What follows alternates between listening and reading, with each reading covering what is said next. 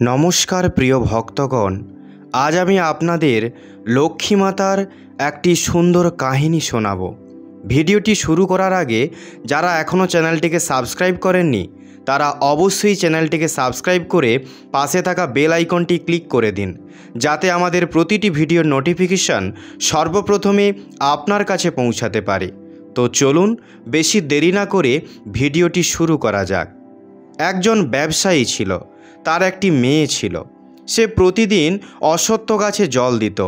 একদিন অশ্বত্থ গাছ থেকে মা লক্ষ্মী একটি বালিকা রূপে বেরিয়ে এলেন। তুমি আমার সখী হয়ে যাও। তারপর ব্যবসায়ীর মেয়ে বলল, আমি পিতাকে জিজ্ঞাসা করে আসি, তারপর তোমার সখী হতে পারবো। পরের দিন ব্যবসায়ীর মেয়ে ব্যবসায়ীকে সমস্ত কথা বলল। ব্যবসায়ী বুঝতে পেরে বলল, তিনি তো মনে হয় মা লক্ষ্মী, তুমি তাকে তোমার সখী বানিয়ে নাও। সেই দিনই ব্যবসায়ীর মেয়ে আবার অশ্বত্থ গাছে জল দিতে গেল।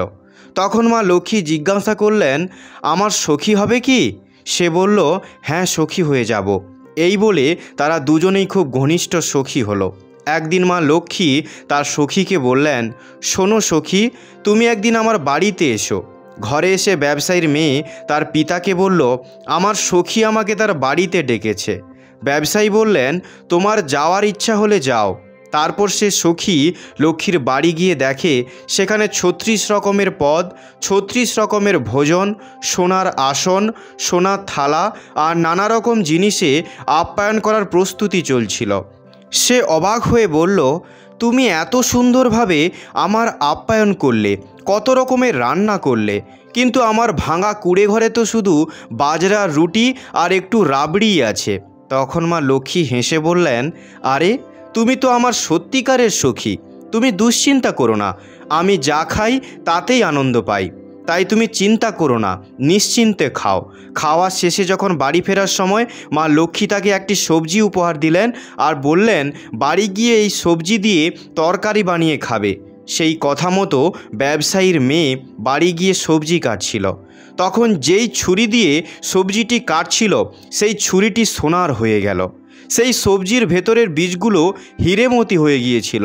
যে থালার ওপর সবজিটি রাখা হয়েছিল সেটাও সোনার হয়ে গেল। মেয়েটি সেগুলো বাজারে বেচে অনেক টাকা পেল, একটি বড় বাড়ি কিনল, নিজের জন্য সুন্দর পোশাক আশাক কিনল, আর তাদের ব্যবসা খুব সুন্দরভাবে চলতে লাগলো। তার জীবন আনন্দময় হয়ে উঠল। এরপর সে মা লক্ষ্মীকে নিজের বাড়িতে আমন্ত্রণ জানালো আর বলল, কাল আপনি আমার ঘরে আসবেন। সেও ৩৬ প্রকারের সবজি আর ৩২ প্রকারের ভোজন তৈরি করলো। চন্দনের প্রলেপ লাগিয়ে সোনার থালা রেখে ভোজন পরিবেশন করল। প্রথমে প্রভু গণেশ, তার পেছনে মা লক্ষ্মী ব্যবসায়ীর মেয়ের ঘরে এলো। মা লক্ষ্মী যে আসনে বসলেন সেই আসনটি সোনার হয়ে গেল। ব্যবসায়ীর মেয়ে মা লক্ষ্মীর অনেক সুন্দরভাবে আপ্যায়ন করল। এর ফলে মা লক্ষ্মী অত্যন্ত প্রসন্ন হলেন। দুই সখী মিলে অনেক গল্প করলেন। এরপর মা লক্ষ্মী বললেন, এবার আমি যাই। ব্যবসায়ীর মেয়ে বলল, সখী, আমি চাই না তুমি আমাকে ছেড়ে যাও। মা লক্ষ্মী বললেন, আমি তোমার সঙ্গে সবসময় থাকতে পারবো না।